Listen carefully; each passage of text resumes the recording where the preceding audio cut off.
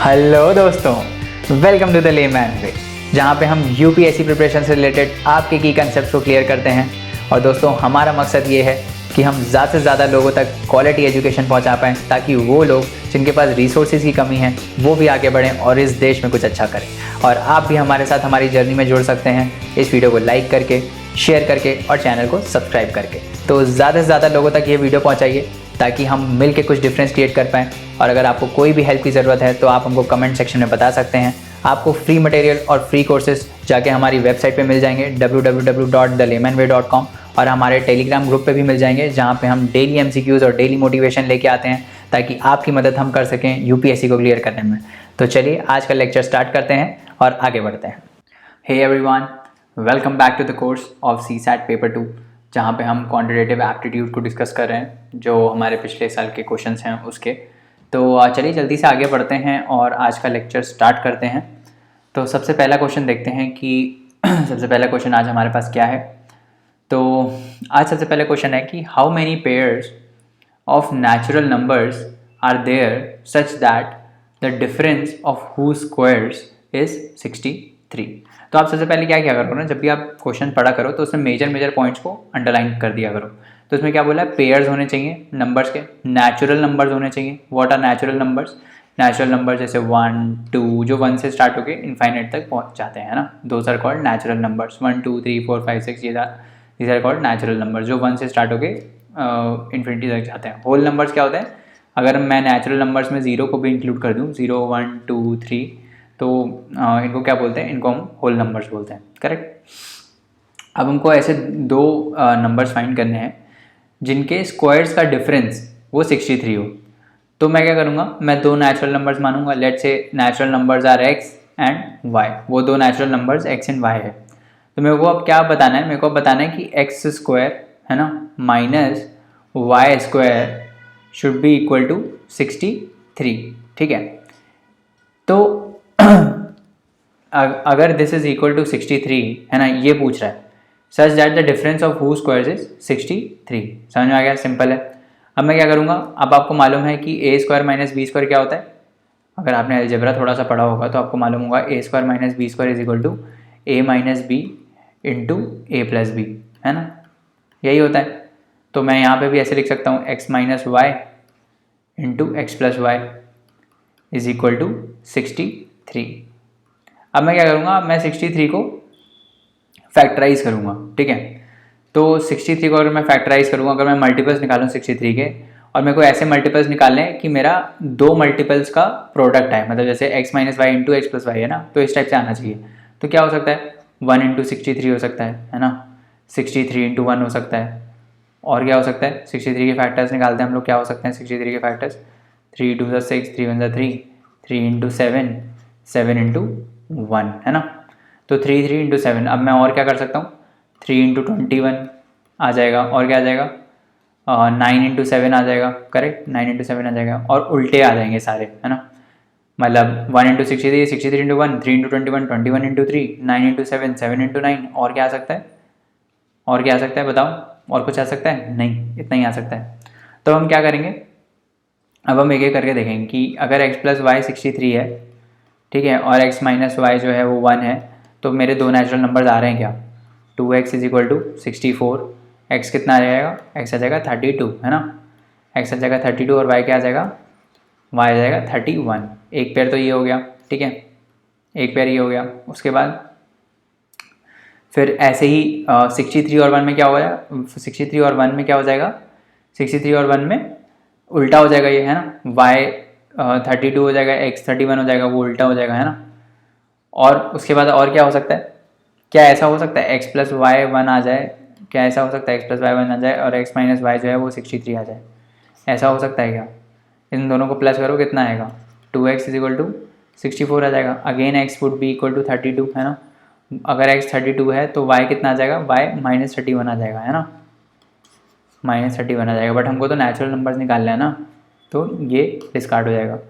उसके बाद दूसरा देखते हैं, x minus y is equal to 3 देखते हैं, और x plus y is equal to 21 देखते हैं। अगेन इसमें भी आ जाएगा 24x 12 आ जाएगा, है ना, और y क्या आ जाएगा? y would be equal to 9, है ना। उल्टा करेंगे तो क्या आ जाएगा?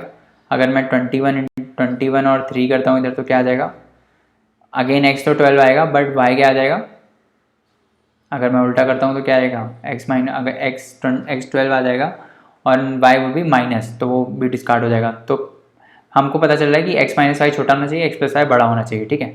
तो 3 नंबर्स तो हो ही गए, ठीक है।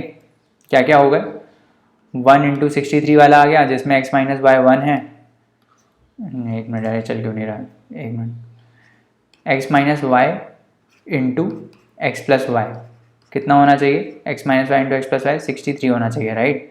हमने 63 के क्या किया, हमने मल्टीपल्स निकाल लिए, 1 इंटू 63, ठीक है, 3 इंटू 21, ठीक है, एंड 9 इंटू 7 या फिर 7 इंटू 9, छोटे से स्टार्ट करते हैं, 7 इंटू 9 है ना, 7 इंटू 9।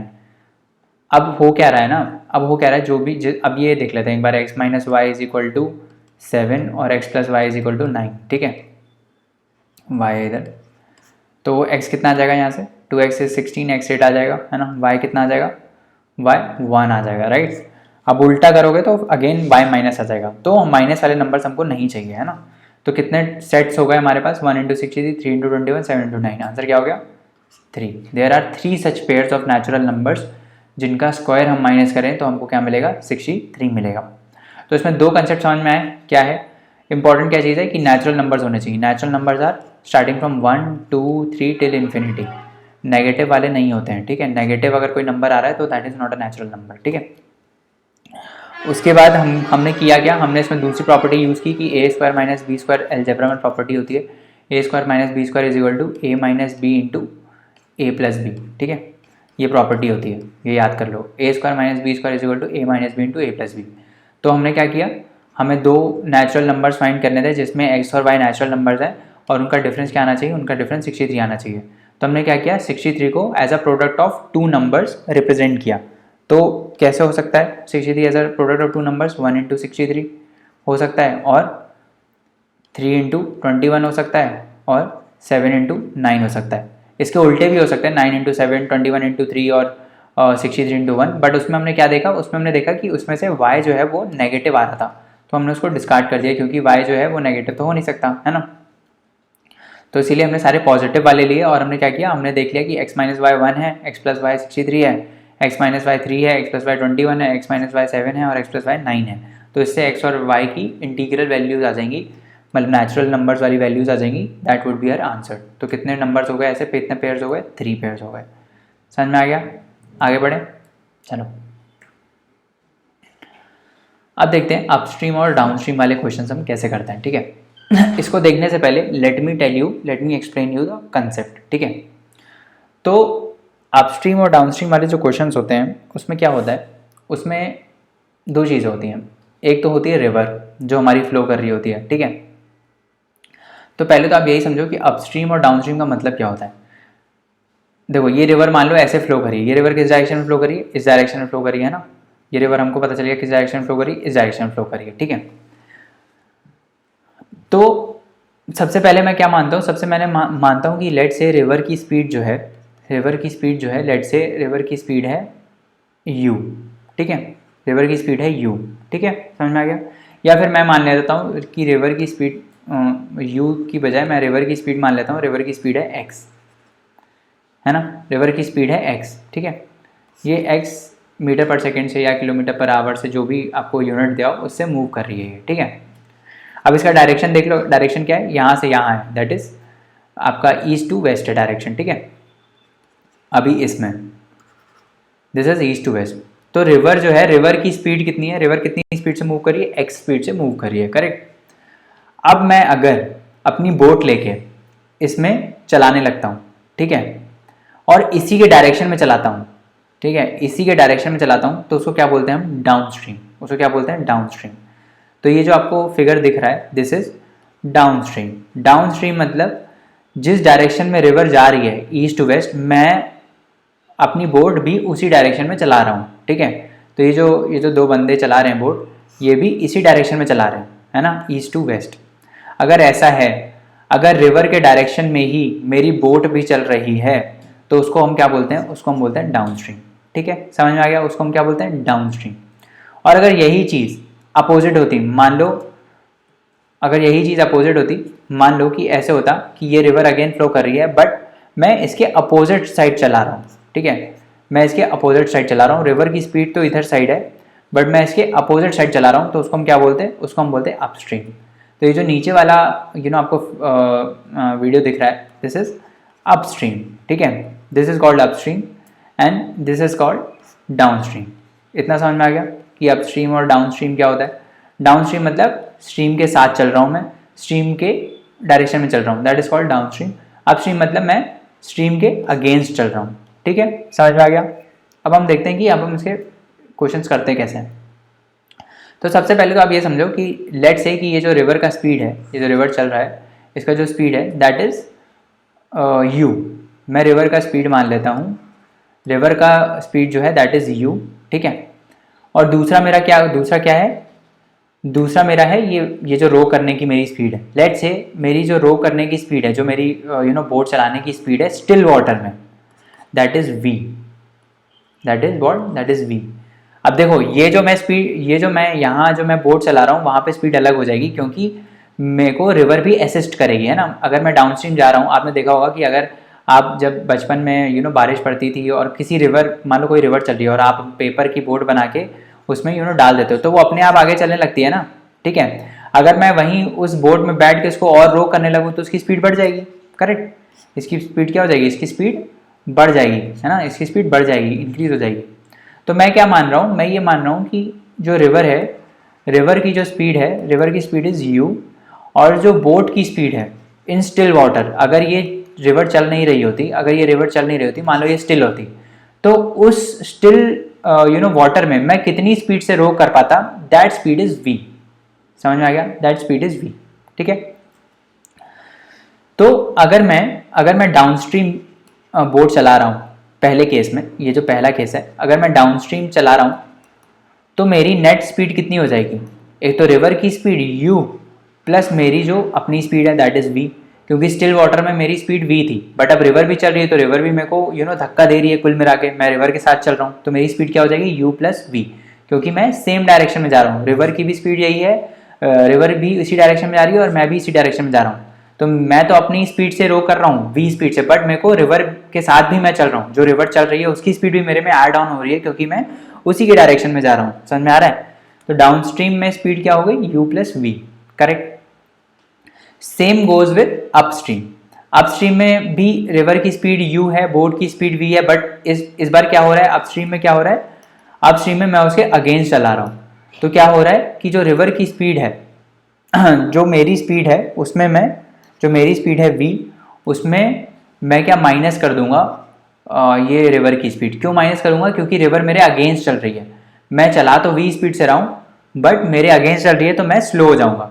समझ में आ रहा है। आप जब डायरेक्शन उल्टा होता है, जब डायरेक्शन उल्टा होता है तो क्या होता है, मेरी स्पीड धीरे हो जाएगी ना, मैं स्पीड से चला रहा हूँ, मैं उतना ही फोर्स लगा रहा हूँ जितना मैं नॉर्मल स्टिल वाटर में लगा रहा था, बट क्या हो रहा है इस बार क्या हो रहा है कि रिवर मेरे अगेंस्ट चल रही है। जब भी रिवर मेरे अगेंस्ट चलेगी और मैं ऐसे चलूंगा तो क्या होगा, सब्ट्रैक्ट हो जाएगा, है ना। मेरी नेट स्पीड क्या होगी, मेरी नेट स्पीड होगी v, जो मेरी ओरिजिनल स्पीड थी, माइनस जो रिवर की स्पीड है u, ठीक है, यहाँ पे ऐड हो रही थी और यहाँ पे सब्ट्रैक्ट होगी। तो कुल मिला के कंसेप्ट समझ में आया।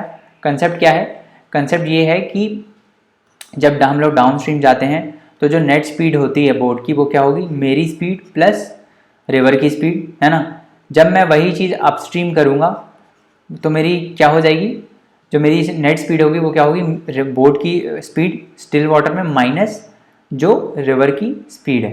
इतना समझ में आ गया। This is our net speed, जो बोट की नेट स्पीड होगी दैट वुड बी दिस। समझ में आ गया अपस्ट्रीम और डाउनस्ट्रीम में क्या अंतर है। अब हम देखते हैं कि क्वेश्चन करते कैसे हैं। तो अब जनरली क्या होता है ऐसे क्वेश्चन में, जनरली हमको क्या होता है, डिस्टेंस पता होता है कि भाई इतना डिस्टेंस हमको रो करना है। लेट्स सी ये पूरा डिस्टेंस जो है, ये पूरा डिस्टेंस जो है वो d है, ठीक है। तो मेरे को टाइम निकालना होता है ऐसे क्वेश्चंस में कि मेरे को डाउन स्ट्रीम जाने में टाइम कितना लगेगा। What is time, time is distance by speed, है ना। डिस्टेंस तो फिक्स रहता है, ठीक है, डिस्टेंस फिक्स रहता है, d वो फिक्स रहता है। अब स्पीड यहाँ पे वेरी करती है। स्पीड क्या हो जाएगी, अगर मैं डाउन स्ट्रीम जाऊँगा तो मेरी स्पीड टाइम कितना हो जाएगा, time would be distance by speed, speed कितनी हो जाएगी v प्लस यू, है ना। क्या हो जाएगी स्पीड, v प्लस यू। तो मेरी एक्चुअली में टाइम कितना लगेगा जाने में, d by v plus u. वहीं अगर मैं अपस्ट्रीम की बात करूं, तो मेरे को टाइम कितना लगेगा, डिस्टेंस बाय स्पीड। स्पीड कितना है, स्पीड है v माइनस यू। ठीक है, इतना समझ में आ गया। तो ऐसे क्वेश्चन में क्या होता है, एक बार वो डाउनस्ट्रीम जा रहा होता है, एक बार वो अपस्ट्रीम जा रहा होता है। ठीक है, तो आपको ये पूछते हैं कि टोटल टाइम कितना लगेगा। टोटल टाइम कितना लगेगा, डाउनस्ट्रीम में d, अपस्ट्रीम में t u p, total time कितना होगा, d by v plus u plus d by v minus u. इस टाइप से ऐसे इसके क्वेश्चंस होते हैं जनरली। ठीक है, इसमें टोटल टाइम आपसे पूछ लेंगे, इसमें टोटल टाइम दिया होगा या फिर कुछ डिस्टेंस दिया होगा तो आपको v प्लस यू निकालना होगा। इस टाइप से कुछ क्वेश्चन रहता है। तो आपको बेसिक कंसेप्ट समझ में आएगा कि क्या है, कि आप डाउनस्ट्रीम में क्या होता है, डाउनस्ट्रीम में स्पीड हो जाती है v प्लस यू और अपस्ट्रीम में स्पीड क्या हो जाती है, v माइनस यू, है ना। फिर हमको डिस्टेंस दिया रहता है, या हम एज्यूम कर लेते हैं कि डिस्टेंस d ट्रैवल करना है, तो टाइम क्या हो जाता है डाउनस्ट्रीम में, d by v plus u, और अपस्ट्रीम में क्या हो जाता है, d by v minus u. अब आपको ये तो दिख ही रहा होगा कि भाई ये वाला चीज़ ज़्यादा है ना, क्योंकि यहाँ पे डिनोमिनेटर कम है, तो ऑब्वियसली अपस्ट्रीम में टाइम ज़्यादा लगेगा, है ना, क्योंकि आप रिवर आपके अगेंस्ट चल रही है तो आपको ज़्यादा रो करना पड़ेगा, है ना, तभी आप पहुँच पाओगे, है ना। तो ये टाइम हमेशा ज़्यादा होता है डाउनस्ट्रीम वाले टाइम से। ठीक है, डाउनस्ट्रीम में आप जल्दी पहुँच जाओगे, है ना।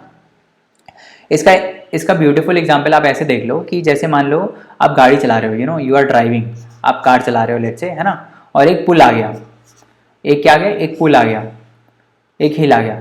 तो एक जब हिल आता है तो आपकी, अगर आप उतनी ही एक्सेलरेशन में चला रहे हो तो आपकी स्पीड कम हो जाती है ना, क्योंकि ये हिल आपके अगेंस्ट काम कर रहा होता है। वैसे ही जब डाउन स्लोप आता है तो क्या होता है, डाउन स्लोप जब आता है तो क्या होता है, डाउन स्लोप में आपकी स्पीड बढ़ जाती है ना। आप भले ही न्यूट्रल पे चलाओ पर आपकी स्पीड बढ़ती चली जाएगी, है ना, क्योंकि आप डाउनस्ट्रीम जा रहे हो, राइट। तो ऐसा ही होता है, डाउनस्ट्रीम में स्पीड बढ़ जाती है, अपस्ट्रीम में स्पीड कम हो जाती है। समझ में आ गया। Same goes with the river as well, है ना।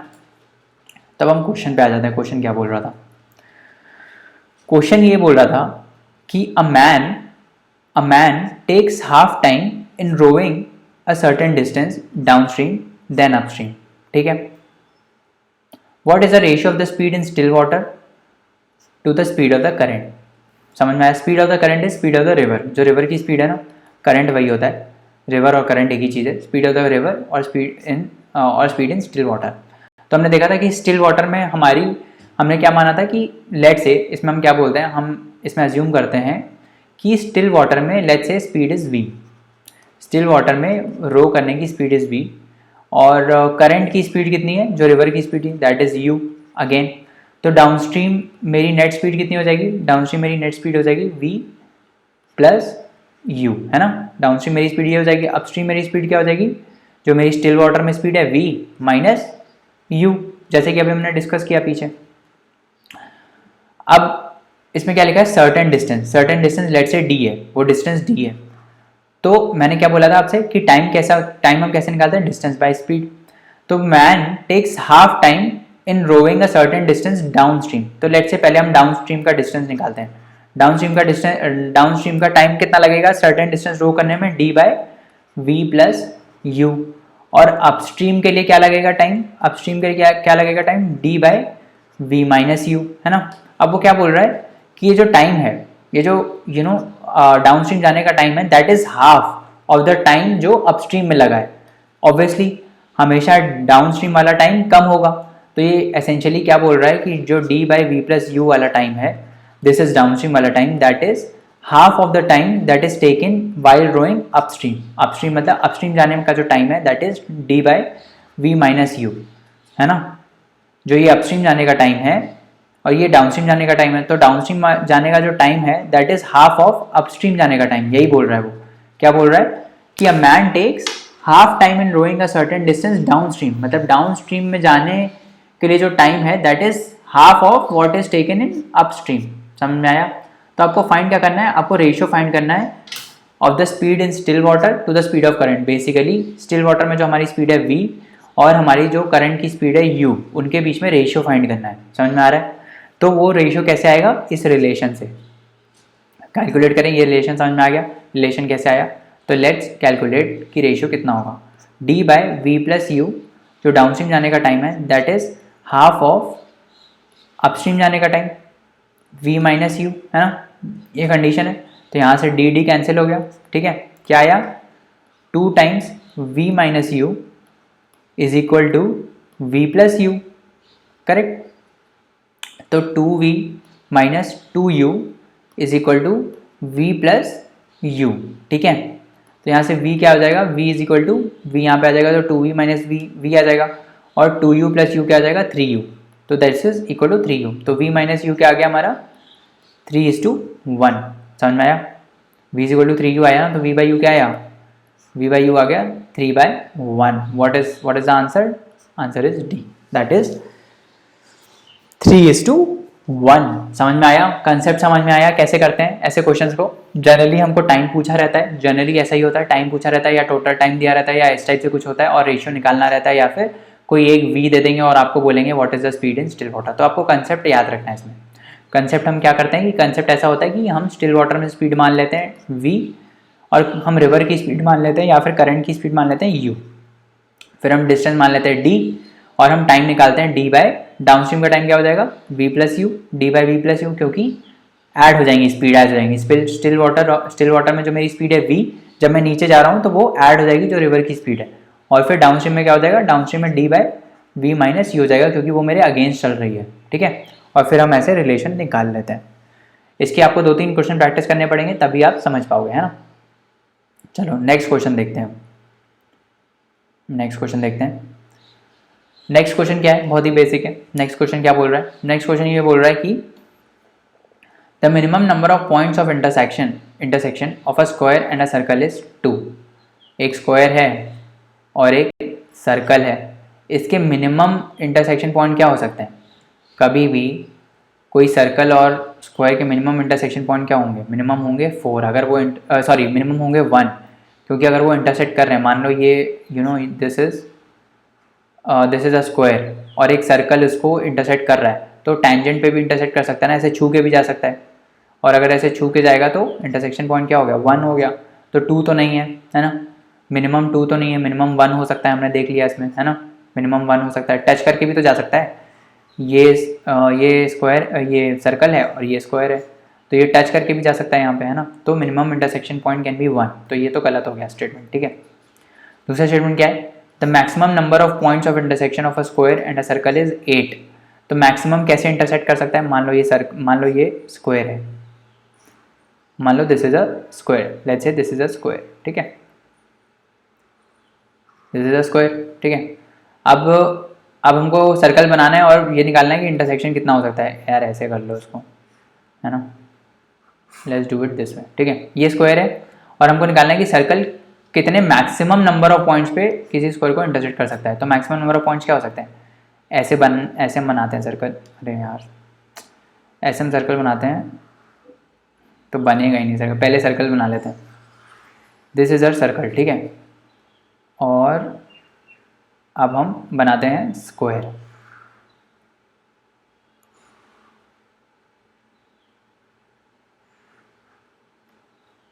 तो बन भी नहीं पा रहा है फिर से बनाते हैं, आप बना लो ऐसे करके सर्कल। बेसिकली ये सर्कल है, मेरी ड्राइंग इतनी ख़राब है, ये सर्कल है ना, और ये हमारा वो है, ये बेसिकली यहाँ पे कट करेगा, है ना। फिर से बना लेते हैं, हो ही नहीं पा रहा है यार ऐसे, है ना, कैसे बनाए भाई सर्कल ऐसे, और फिर फाइनली ये टच नहीं कर रहा है, यहाँ पे इंटरसेक्शन है, मतलब ऐसे है ये, है ना।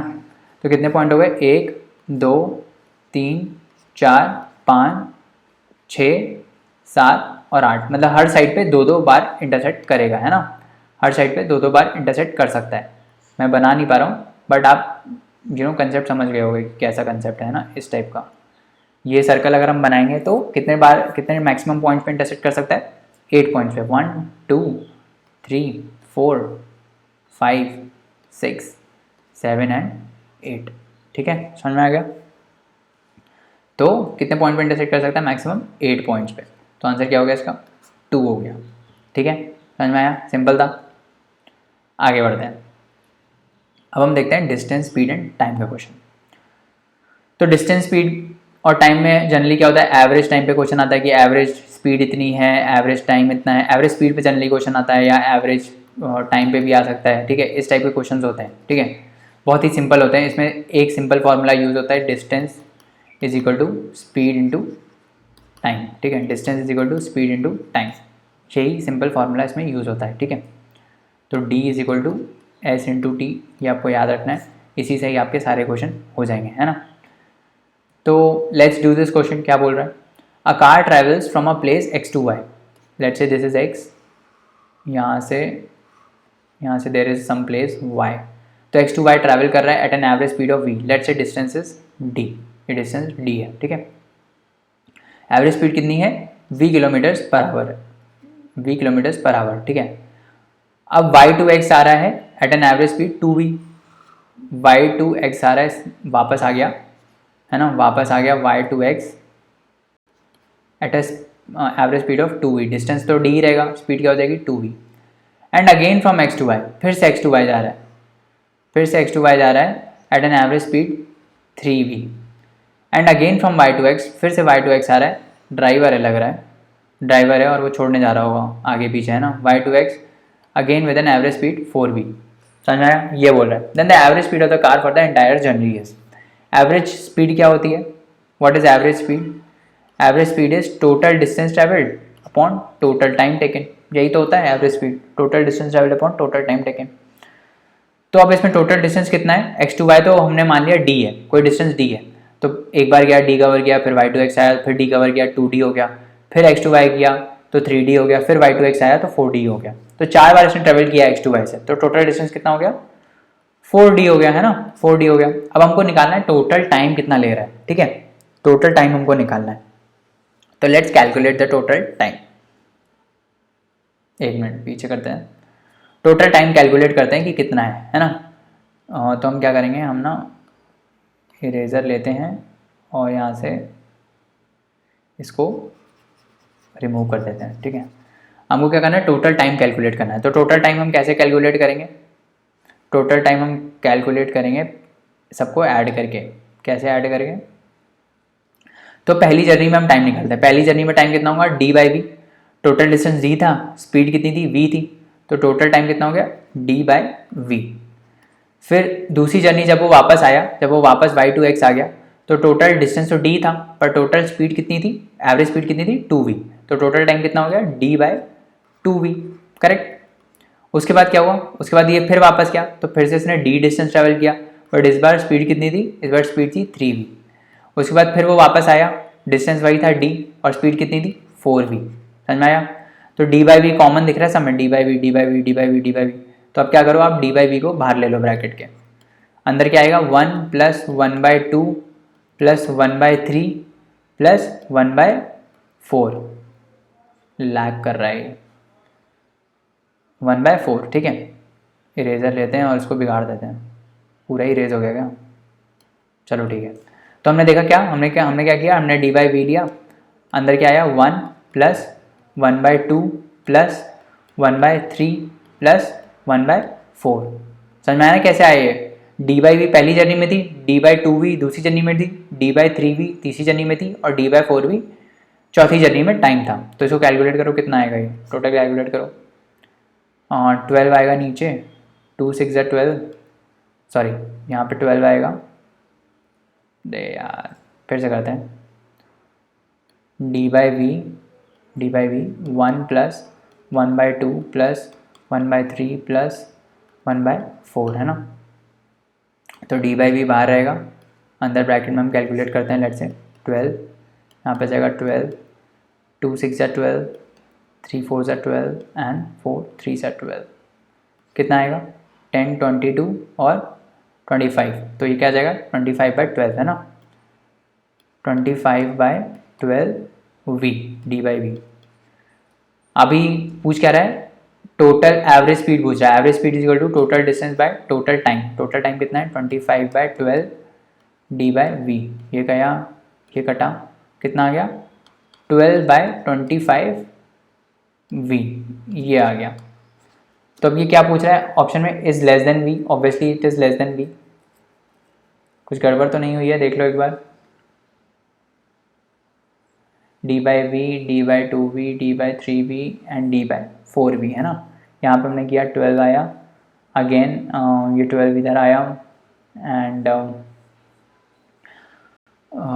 12 इधर आया, और उसके बाद 2 6 4 3 4, इसका एलसीएम ले लो एक बार ज़रा, कितना आएगा 2 3 4, एक बार कंफर्म कर लेते हैं। 2 1 2 3 2 एंड अगेन 2 और फिर 3, तो 4 3 12, ठीक है सब कुछ सही है ना।